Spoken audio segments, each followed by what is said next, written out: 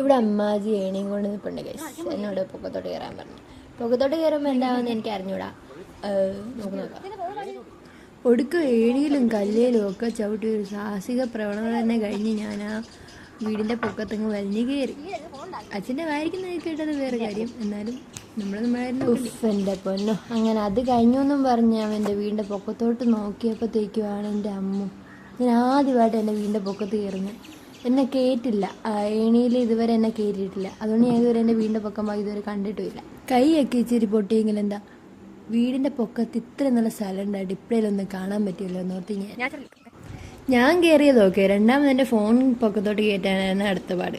അതെങ്ങാനും അമ്മ തരുമ്പോഴത്തേക്ക് അതെങ്ങാനും നമ്മുടെ താഴ്ത്തിട്ടൊന്ന് വീണിരുന്നെങ്കിൽ എൻ്റെ ജീവൻ തന്നെ പോയനെ. ചെന്ന പാട് അച്ഛൻ്റെ പണി തുടങ്ങി. കൈക്ക് ഇച്ചിരി പരിക്കേറ്റതുകൊണ്ട് ഞാൻ അധികം വലുതായിട്ട് പണിയൊന്നും എടുക്കേണ്ടി വന്നു. ഞാനവിടെ മാങ്ങയൊക്കെ നോക്കി അങ്ങനെയൊക്കെ നിന്നു. പിന്നെ വീഡിയോ ഒക്കെ എടുത്തു. പിന്നെ അച്ഛൻ എല്ലാ സഹായമൊക്കെ കൊടുത്തു. അമ്മ അവിടെ സൈഡിലുണ്ട്. അമ്മ പൊക്കത്തോട്ട് കയറി വന്ന ഏണി പിടിക്കാൻ വേറെ ആരാ എന്നാണ് അമ്മ ചോദിക്കുന്നത്. അരെ വാ, അമ്മനന്ന് കളിയാക്കിയപ്പോ എന്നെ അസുഖം. അച്ഛൻ ഇവിടെ മാങ്ങ പറിച്ചോണ്ടിരിക്കുകയാണ് കേസ്. അച്ഛൻ എന്തൊക്കെയാ പറയുന്നുണ്ട്. കാര്യം എന്നെ വഴക്കന്നായിരിക്കും ഇടുന്നത്. ഞാൻ ഈ വീഡിയോ എടുത്തോണ്ടിരിക്കുന്നത് വേറൊന്നും പറഞ്ഞല്ല. അച്ഛൻ പറയുന്നത് അച്ഛൻ കൊമ്പ് ഇരുന്ന് പറിക്കുന്നത് പോലെ വേണം വീഡിയോ വരാനെന്ന് പറയുന്ന കേട്ടതൊന്നും അച്ഛൻ എന്നെ വീഡിയോ എടുക്കാനായിട്ട് നിർത്തിയേക്കുക, വീഡിയോ എടുക്കാനായിട്ട് കൊണ്ടുവന്നതെന്ന്. ശരിക്കും പറഞ്ഞാൽ എന്നെ പണിയെടുക്കാനായിട്ട് തന്നെയല്ലേ എന്നെ ഇങ്ങോട്ട് കൊണ്ടുവന്നതെന്ന് എനിക്കിപ്പോൾ സംശയമുണ്ട്.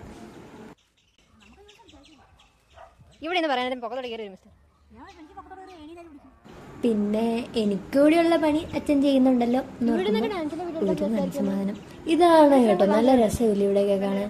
എനിക്ക് ഭയങ്കര ഇഷ്ടമായി ഇപ്പോൾ അങ്ങോട്ട്. ഇനി എപ്പോഴും കയറാം എന്ന് വെച്ചാലും നടക്കില്ല, വീട്ടുകാർ സമ്മതിക്കത്തില്ല എന്നെനിക്കറിയാം. ഞാൻ ഇനി വലിഞ്ഞ് ആരില്ലാത്ത സമയത്ത് ഏണിയൊക്കെ ഒപ്പിച്ച് പൊക്കത്ത് കയറിയിട്ടാണ് അവിടെ നിന്ന് അഴിച്ചു തള്ളി താഴ്ത്ത് വീണ് കൈയും കാലും ഒടിഞ്ഞ് പിറ്റേ ദിവസം തൊട്ട് എനിക്ക് വീഡിയോ എടുക്കാൻ പറ്റാണ്ടിരിക്കാനായിട്ട്. No way.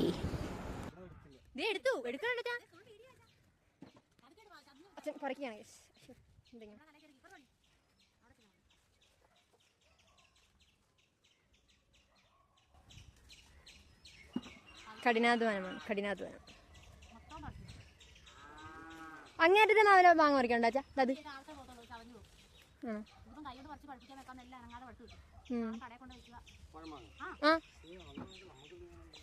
നമുക്ക് ചോദിക്കാം. ഇത് നമ്മുടെ വീട്ടിലെ ഫ്രണ്ട് സൈഡിലത്തെ മാവാണ്. ഇതിൽ നിന്നും കുറേ മാങ്ങയുണ്ട്. അപ്പോഴത്തേക്ക് ഇവിടെ ഒരു കൊല കണക്ക് ഇട്ടിട്ട് അച്ഛനത് പറിച്ച് ബക്കറ്റിലായിക്കൊണ്ടിരിക്കുക. അവിടെ ഞാൻ കുറേ പഴുത്ത മാങ്ങയൊക്കെ കണ്ട് അതൊക്കെ അച്ഛനെ ചൂണ്ടിക്കാണിച്ച് അച്ഛനൊക്കെ പറിച്ചിടുന്നുണ്ട്. പറിക്കുന്നതിനിടയ്ക്ക് അച്ഛൻ പറയുന്നുണ്ട് കണ്ണിലെ ചെന വീഴാണ്ട് നോക്കാൻ. ഈ മാങ്ങ പറിക്കുമ്പോൾ മാങ്ങയുടെ ചെന എങ്ങാനും കണ്ണി വീഴുവാണെങ്കിൽ, കണ്ണിലോ മേത്തോ കയ്യിലോ എവിടെയെങ്കിലൊക്കെ വീഴുവാണെങ്കിൽ നമ്മൾ അവിടെയൊക്കെ പൊള്ളിപ്പോവും. ഇവിടെ അടുത്തൊരു ചേച്ചിയുണ്ട്. ആ ചേച്ചീൻ്റെ കണ്ണിലിനെ പോലെ വീണിട്ട് ആ സൈഡ് ഫുള്ള് പൊള്ളി. അപ്പം അതുപോലെ ആവാണ്ടിരിക്കാനാണ് അച്ഛൻ നോക്കാൻ പറയുന്നത്. പറയാനുള്ളതല്ല അച്ഛൻ പറഞ്ഞത്. പക്ഷെ ഇതിനിടയ്ക്ക് ഞാൻ മാങ്ങ കയറി പിടിക്കുമ്പോൾ ഡയറക്റ്റ് കയറി ചനയിലേക്ക് കയറി പിടിക്കുന്നത്. പക്ഷെ അത് കുറച്ചേരം ഇരുന്നിട്ട് പിടിച്ചുകൊണ്ട് കുഴപ്പമില്ല, പൊള്ളിയൊന്നുമില്ല. ഡയറക്റ്റ് കയ്യിലേക്ക് വല്ല വീഴുന്നെങ്കിൽ അവിടെയൊക്കെ പൊള്ളിയൊക്കെ ചെയ്യും. കുഞ്ഞാപ്പി മാങ്ങളും ഉണ്ടല്ലേ.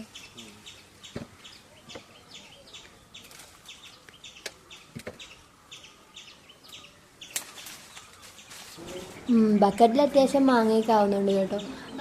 കുറേ മാങ്ങയൊക്കെ നമ്മൾ മുന്നേ കുറച്ച് പച്ച മാങ്ങയായിരിക്കും ടൈമിൽ പറിച്ചിട്ടുണ്ടായി. എന്നിട്ട് അത് കുറേ കുപ്പിലിട്ടൊക്കെ വെച്ചിട്ടുണ്ടായി. ഇപ്പം ഇത് ചനച്ച് നിൽക്കുന്ന സമയമാണ്. ഇനിയും പറിച്ചില്ല എന്നുണ്ടെങ്കിൽ കിളിയും അണ്ണാങ്കുഞ്ഞും ഒക്കെ കൊത്തിക്കൊണ്ട് പോകും. എന്തിനാ നമ്മളെ പറമ്പിക്കുന്ന സാധനം എല്ലാവർക്കും അവർക്കും കഴിക്കാൻ കൊടുക്കരുതെന്നല്ല ജീവികളിൽ. പക്ഷേ എല്ലാവർക്കും തന്നെ കൊടുക്കാൻ പറ്റില്ല, നമുക്കും വേണ്ടി എന്തെങ്കിലുമൊക്കെ. നമ്മളും പിള്ളേരൊക്കെ തന്നെയല്ലേ.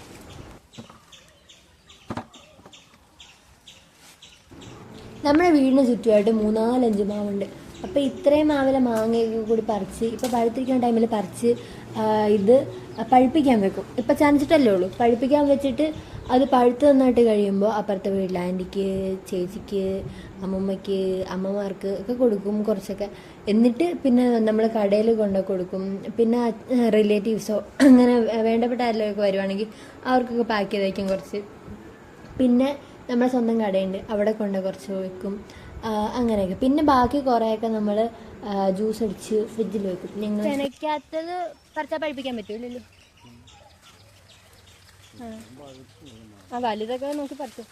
കുഞ്ഞാപ്പയൊക്കെ ഇട്ടേക്ക് ഇട്ടാക്കി കൊത്തി പോയിട്ട് എല്ലാം പറിച്ചു. അപ്പം നമ്മുടെ ബക്കറ്റ് നിറയാറായി ഗൈസ്. ഇപ്പം അച്ഛൻ വൈകാണ്ട് ഇതെല്ലാം കൊണ്ട് ഈ ചാക്കിൻ്റെ അകത്താക്കണം, എങ്കിലേ നമുക്ക് താഴത്തേക്ക് എത്തിക്കാൻ പറ്റത്തുള്ളൂ. അങ്ങനെ കൊണ്ടുപോകും. അപ്പോൾ ഇവിടെ ഇനി മാങ്ങകൾ നിൽപ്പുണ്ട്, അതൊക്കെ പറിച്ചിരിക്കും. കുറേ ഉണ്ണി മാങ്ങകളുണ്ട്, അതൊന്നും പറിക്കത്തില്ല, അതൊക്കെ അവിടെ ഇട്ടേക്കും. കാരണം അതൊക്കെ വെറുതെ പറിച്ചിട്ട് വലിയ പ്രയോജനമൊന്നുമില്ല. അതൊക്കെ മാവ് കിടക്കണതാണ് നല്ലത്. ഫുള്ള് തീർത്ത് പറിച്ചുകൊണ്ട് പോകുന്നതൊന്നും ശരിയില്ലല്ലോ. മാവിന് എന്തെങ്കിലുമൊക്കെ വേണ്ടേ. ഞങ്ങളുടെ ചായ് സ്റ്റൈലിലാണ് ഗൈസ്. മുണ്ടൊക്കെ മടക്കി കുത്തി വരുന്ന കണ്ടില്ലേ, എന്താ ഒരു ചന്തം. പാവം ഞാനും ഇവിടെ കിടന്ന് കഷ്ടപ്പെടുന്നു. അമ്മ അവിടെ നോക്കി നിൽക്കുന്നു. എന്താ പറയാ. പിന്നെ അമ്മ ഇവിടെ ഒരാൾ താഴത്ത് വീണമല്ലോ. അച്ഛനിവിടെ മാങ്ങ പറിച്ച് ബക്കറ്റിലേക്കൊക്കെ പൊട്ടിച്ചു പൊടിച്ചിടുന്നുണ്ട്. ഞാനത് ബക്കറ്റ് നിറയുമ്പോൾ മാറ്റി മാറ്റി വെക്കുന്നുണ്ട്. താഴത്തിരുന്നെല്ലാം പെറുക്കിയിടുന്നുണ്ട്.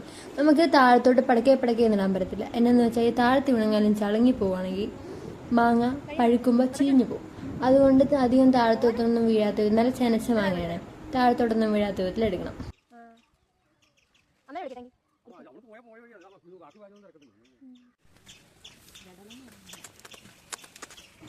ഇവിടെ താഴത്ത് പുകത്ത് തറയിൽ മുട്ടി കിടന്നിച്ച മാങ്ങയുണ്ട്. അതൊക്കെ കഴിച്ച് പറിക്കാൻ നല്ല രസമായിരുന്നു.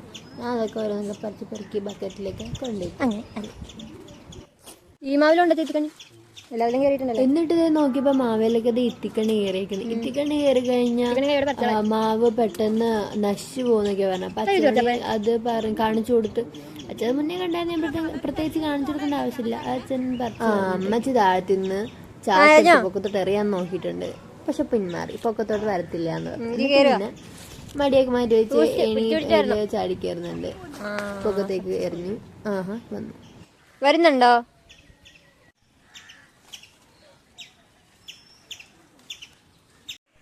തോട്ടി വേണോ അച്ഛാ?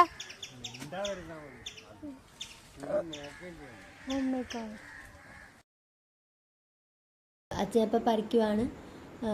കുഞ്ഞുഞ്ഞു മാങ്ങയൊക്കെ അവിടെ ഇട്ടിട്ട് വലിയ വലിയ മാങ്ങയൊക്കെ മാത്രം. ബാക്കി കൈയെത്താത്ത സ്ഥലത്ത് നിന്നൊക്കെ മാങ്ങ തോട്ടി ഉപയോഗിച്ച് വലിച്ച് പറിക്കുകയാണ്. അതെ,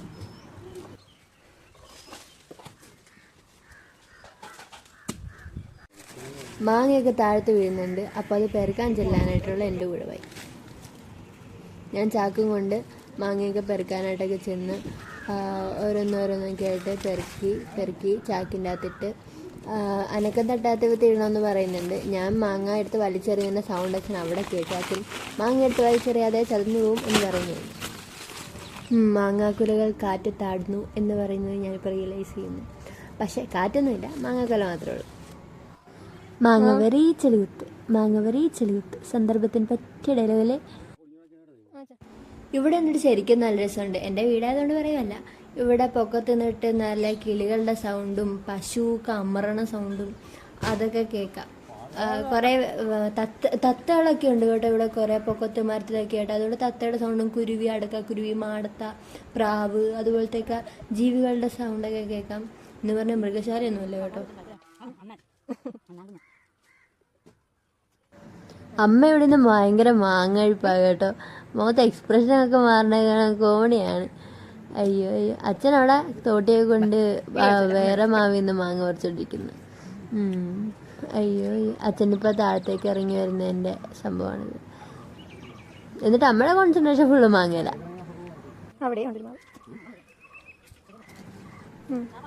ഇനിയിപ്പോൾ എന്നെ താഴത്തിറക്കാനുള്ള സാഹസ്യമാണ്. അപ്പോഴും ദുഷ്ടത്തി എന്നെ നോക്കാനില്ല, മാങ്ങ തിന്നണ കണ്ടില്ലേ.